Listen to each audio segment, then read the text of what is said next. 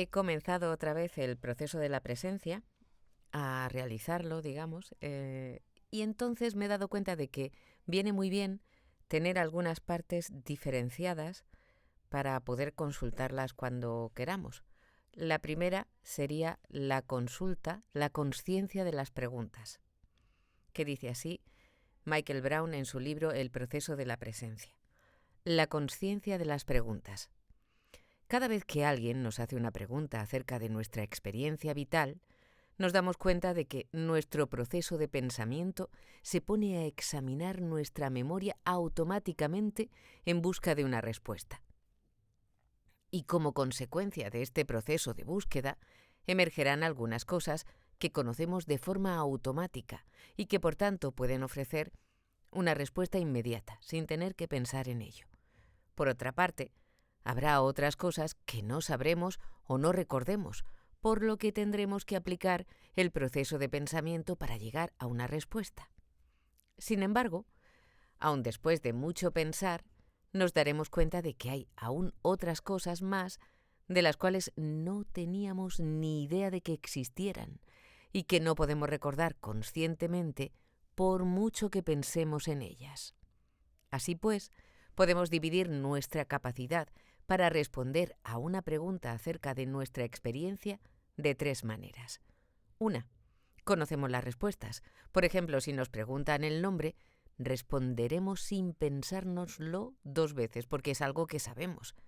2. Descubrimos las respuestas a través del proceso de pensamiento. Por ejemplo, si se nos pregunta cuál fue la primera canción que hemos oído en nuestra emisora de radio preferida, quizá tengamos que pensar un poco para recordar el título y el intérprete. 3. No parece que conozcamos las respuestas o bien no podemos recordarlas por mucho que pensemos en ello. Por ejemplo, si nos preguntan qué ocurrió a las 10:35 de la mañana del día que cumplimos los 3 años de edad, lo más probable es que no nos acordemos por mucho que le demos vueltas. En consecuencia, podemos llegar a la conclusión de que es algo que no sabemos. Pero, cuando examinamos más detenidamente la naturaleza de nuestro propio proceso mental, nos damos cuenta de que cada vez que se nos hace una pregunta acerca de nuestra experiencia vital, nuestro campo mental inicia la búsqueda de inmediato para ver si puede encontrar o no una respuesta. Y nos damos cuenta de que sigue buscando hasta el momento en que decimos algo como «no lo sé» o «no me acuerdo». En el momento en que decimos algo parecido a esto, nuestro campo mental deja de investigar y normalmente marcamos consciente o inconscientemente este momento etiquetándonos con un juicio limitador sobre nosotros mismos. Por ejemplo, en cuanto nos percatamos de que no podemos recordar la respuesta a una pregunta en particular acerca de nuestra experiencia vital, quizá digamos algo como «no puedo acordarme de eso porque mi memoria a largo plazo no es tan buena. No puedo acordarme de eso porque para mí no es tan importante. No puedo acordarme de eso porque probablemente sería demasiado doloroso para mí. No puedo acordarme de eso porque sucedió hace mucho tiempo». El motivo por el cual puntuamos nuestra incapacidad para responder a una pregunta y damos por zanjado el intento por encontrar una respuesta con un juicio limitado sobre nosotros mismos es porque hay un aspecto de nuestra experiencia que no puede hacerle frente a la posibilidad de que no sepamos algo. En vez de aceptar lo desconocido, lo que este aspecto de nuestra experiencia hace automáticamente es culpar de esa aparente incapacidad para acceder a la información, a las condiciones o a las circunstancias. Durante el proceso de la presencia, llamaremos a este aspecto de nuestra experiencia el ego. El ego es una identidad falsa, no auténtica, que elaboramos en la primera infancia para entrar sin peligro en la aparentemente traicionera experiencia adulta. Siendo algo que se opone a la presencia, esta imagen falsa opera desde una posición de ficción, fingiendo y aparentando lo que no es, en vez de ser espontánea, es calculadora. Exploraremos con más detalle la naturaleza y la estructura del ego durante el transcurso de este viaje. Por ahora, lo definiremos como ese aspecto de nuestra experiencia que forjamos para ser aceptados entre los adultos. Por ahora, veámoslo como esa cosa que se interpone entre nosotros y la experiencia de la conciencia del instante presente. El ego siempre encubre sus limitaciones poniendo excusas y echando las culpas. Y el juicio limitador que automáticamente y en general inconscientemente nos aplicamos a nosotros mismos cuando nos fijamos atentamente en lo que hace la mente, es el modo que tiene el ego de ocultar el hecho de que determinados recuerdos están más allá de nuestra capacidad de pensamiento. En otras palabras, el ego no quiere saber que existe un límite real en el proceso de pensamiento, ni quiere saber que tenía una vida antes de empezar a pensar, ni que existe una experiencia de vida más allá del pensamiento. El ego está enamorado de la mente y, por tanto, del pensamiento y del entendimiento. Su identidad se fundamenta en la falsa creencia de que la mente es Dios. El ego es un fiel e inquebrantable discípulo de la mente. Una manera honesta de explicar nuestra incapacidad para encontrar una respuesta ante una pregunta sobre nuestra experiencia vital sería: en este momento soy incapaz de recordar esa información mentalmente, porque hay algunas cosas que no se pueden saber o recordar haciendo uso del proceso de pensamiento. Pero el ego no puede hacerle frente a una declaración como esta, porque en realidad cree que la mente lo sabe todo y lo entiende todo, y que puede acceder a todo lo que merece la pena conocerse a través del proceso de pensamiento. El ego es mental. El ego nos necesita para vivir erróneamente nuestra experiencia vital, creyendo que si no podemos saber algo, es porque nuestra experiencia vital es porque no es verdad. Que si no podemos saber algo es porque no es verdad, porque no ha ocurrido realmente, o porque en realidad no tiene importancia y por tanto no tiene interés para nosotros, o bien porque somos defectuosos o estúpidos. Al marcar el término de nuestra búsqueda consciente de respuestas con un juicio limitador sobre uno mismo, una excusa, el ego establece una profecía que tiende a cumplirse por sí sola. Al decirnos a nosotras mismas que no podemos recordar algo porque lo que sea, cerramos automáticamente la puerta a la posibilidad de que ese conocimiento se nos entregue, activando así una situación hipotética que confirma ese juicio limitador. Pero a todos y a todas nos ha ocurrido alguna vez que al no cerrar conscientemente nuestra búsqueda mental de algo, la respuesta se nos ha dado en el momento menos esperado. Esto suele ocurrir cuando estamos intentando encontrar una respuesta que tenemos en la punta de la lengua. Debido a que la respuesta parece estar un poco más allá del alcance de la mano, optamos por no dar por concluida la búsqueda mental y nos decimos algo así como: lo sé, eso lo sé, ya me vendrá, lo tengo en la punta de la lengua. Y la consecuencia es que viene. Más tarde, cuando nuestra atención está absorta en otra cosa, la respuesta aflora misteriosamente como si siempre hubiera estado ahí. Este tipo de experiencias nos demuestra que toda la información que buscamos acerca de nuestra experiencia vital está a nuestra disposición siempre y cuando apliquemos el método de acceso correcto. Este método no supone necesariamente pensar. Supone estar abierto para recibir la respuesta desde ese aspecto de nuestro ser que lo sabe todo. La idea de que podemos tener acceso a información sin tener que utilizar el proceso de pensamiento consciente nos resulta extraña debido a la naturaleza mentalista de nuestro sistema educativo. Sin embargo, muchos inventores estarían dispuestos a testificar el hecho de que las piezas de información cruciales que hicieron posibles sus invenciones les llegaron cuando habían retirado su atención del empeño que tenían entre manos y estaban haciendo otra cosa, como la de consentirse una relajante siesta.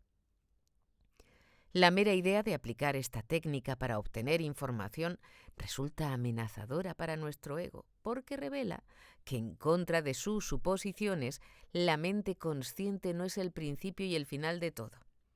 Es simplemente una herramienta y, por tanto, tiene sus limitaciones. A través del proceso de la presencia, se nos anima a que formulemos muchas preguntas acerca de nuestra experiencia vital. Y con el fin de no reducir la fuerza y el potencial de este aspecto de nuestro viaje, se nos pide desde el mismo principio que no nos aproximemos a estas preguntas de un modo en que nos pongamos límites. Si aplicamos de manera automática las extravagancias limitadoras del ego, nos vamos a privar de muchas y profundas ideas. También les cerraremos la puerta a las maravillosas experiencias de la intuición y la inspiración. De ahí que se nos anime a abordar cada pregunta que se nos haga durante el proceso de la presencia de este modo. A lo largo de todo este viaje, el hallazgo de respuestas ante las preguntas que se nos formulen no es tan importante como formular las preguntas sinceramente, con una mentalidad abierta.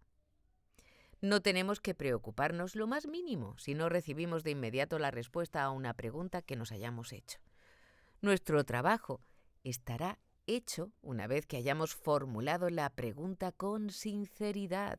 Si la respuesta no se hace evidente de inmediato, podemos optar por mantener la mente abierta sobre el tema para dar la posibilidad de que se nos ofrezca la respuesta cuando menos lo esperemos. No tiene sentido pensar con intensidad sobre las respuestas a las preguntas que se nos formulan para luego quedarse frustrados por no haber podido acceder a ellas conscientemente. Este enfoque nos va a llevar a reaccionar ante nuestra frustración echándole el cierre a la búsqueda con un juicio limitador sobre nosotras mismas. Durante el proceso de la presencia, nadie va a evaluar nuestras respuestas, simplemente porque no hay respuestas correctas o incorrectas. Nuestras respuestas no pueden ni van a ser tasadas por comparación porque nuestro viaje se va a adaptar de tal modo que encaje con nuestras necesidades individuales. Ni siquiera va a haber respuestas a las cuales se supone que tenemos que llegar. Lo único que tenemos que hacer es hacer las preguntas y mantener la mente abierta para así permitir que se nos den las respuestas. Al no cerrar automáticamente nuestra búsqueda de respuestas con un juicio limitador sobre nosotras mismas, impediremos que nuestros procesos de pensamiento queden silenciados por las inseguridades del ego. Las leyes del universo dicen que cada causa genera un efecto. Esto puede traducirse también como buscad y encontraréis, pedid y se os dará, y llamad y se os abrirá. En otras palabras, cuando hacemos una pregunta y no damos fin al proceso de intentar encontrar una respuesta, esa respuesta tiene que ser entregada inevitablemente en nuestra conciencia de una manera u otra. La pregunta es la causa y la respuesta es el efecto. ¿Una garantiza la otra? Este es el enfoque que se nos pide que adoptemos con todas las preguntas que se nos planteen durante el proceso de la presencia. Cada vez que nos hagamos una pregunta, tenemos que ser pacientes y dejar que se nos dé la respuesta del modo que resulte más ventajoso para nuestro viaje a través del proceso. El problema que tenemos es que nosotros, tal como nos conocemos en este momento, no lo sabemos todo. De hecho, tal como nos conocemos en este momento, sabemos muy poco. Sin embargo, hay un aspecto de nuestro ser que sí lo sabe todo, aunque puede que nosotros aún no seamos conscientes de él. Lo sabe todo, sin tener que pensar en ello. Lo sabe. Es nuestra presencia interior.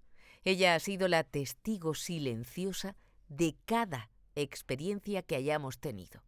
Y lo recuerda todo de cada instante de esas experiencias, como si estuviera ocurriendo justo en este momento. Para ella, Todas las experiencias que hemos tenido están sucediendo justo ahora, porque la conciencia del instante presente no conoce el tiempo. Se podría decir que la diferencia entre el ego y nuestra presencia interior eterna es que el ego tiene que pensar para poder comprender, mientras que la presencia interior sabe. Nuestra presencia interior sabe porque es el testigo permanente de todas las experiencias de nuestra vida, mientras que el ego se enfoca en el mundo exterior y está determinado por el mundo exterior y por lo que los demás están haciendo en él. Cuando abordamos una pregunta con la idea preconcebida de que solo podemos acceder a la respuesta a través del pensamiento, hacemos del ego un cómplice, al tiempo que nos limitamos a la mente pensante como único mecanismo posible para lograr el empeño. Y de este modo hacemos callar a nuestra conciencia del instante presente. Este proceso de acallamiento tiene lugar de forma automática, porque nuestra presencia interior se atiene a la ley de no interferencia. Permanece serena y silenciosa si insistimos en obtener la información únicamente a través del proceso de pensamiento y de entendimiento. Pero, en cuanto estamos preparados para aceptar la idea y actuar en función de ella, de que lo que hemos hecho de nosotros mismos, el ego, no es de fiar, y que la mente es una herramienta que tiene sus limitaciones, invitamos automáticamente a la omnisciente conciencia del instante presente a que nos dé la respuesta. De este modo, nos abrimos automáticamente a la posibilidad de acceder, sin ningún esfuerzo, al conocimiento interior. En este mundo, la mente será siempre el medio a través del cual se nos transmitirá el conocimiento, pero no necesariamente es el único medio para acceder al conocimiento. Si formulamos todas nuestras preguntas acerca de la vida desde este punto de conciencia, activamos la energía de la intuición, de la inspiración y de la revelación en nuestra experiencia vital cotidiana. Y esto nos abre la puerta al espacio de conocimiento sin tener que saber por qué. Es esencial que nos permitamos entrar en la experiencia del conocimiento sin saber por qué, porque durante el proceso de la presencia vamos a poder acceder a experiencias que tuvimos antes de desarrollar el lenguaje. Estas experiencias tuvieron lugar antes de que pudiéramos añadirles conceptos mentales, y muchas de ellas son simplemente sentimientos, vibraciones o sensaciones. Son conocimientos, son energías en movimiento, son las experiencias emocionales que tuvieron lugar antes de que tuviéramos al alcance el lenguaje mental.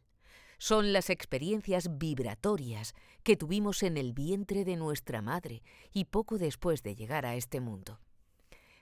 Si insistimos siempre en tener que saber por qué, para aceptar que lo que sabemos es cierto y real para nosotras, no dejaremos que nuestra conciencia entre en estos recuerdos vibratorios precoces y los active así, con el fin de neutralizar su impacto negativo en nuestra experiencia vital actual.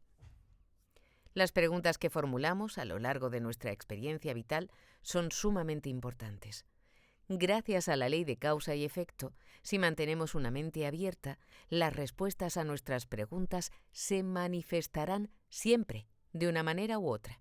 Si tenemos en cuenta esto, quizá podamos aceptar la posibilidad de que nuestra experiencia vital en un momento dado es una respuesta que se va revelando ante las preguntas que hemos estado formulando. El motivo por el cual esto no nos resulte evidente aún es porque la mayoría de las preguntas que hemos estado haciendo se han formulado de forma inconsciente. El proceso de la presencia nos ayuda a rectificar este problema, al enseñarnos el modo de eliminar este comportamiento inconsciente y al llevarnos a formular conscientemente las preguntas que nos sean de utilidad, comprendiendo y aceptando que todas las preguntas que nos formulamos van a ser respondidas inevitablemente. Podemos poner toda nuestra atención en el proceso de formulación de preguntas útiles y retirar nuestra atención del proceso de intentar pensar las respuestas. Se nos está pidiendo que mantengamos la mente abierta. Se nos está invitando a explorar la experiencia de recibir, de permitir que nos lleguen las respuestas.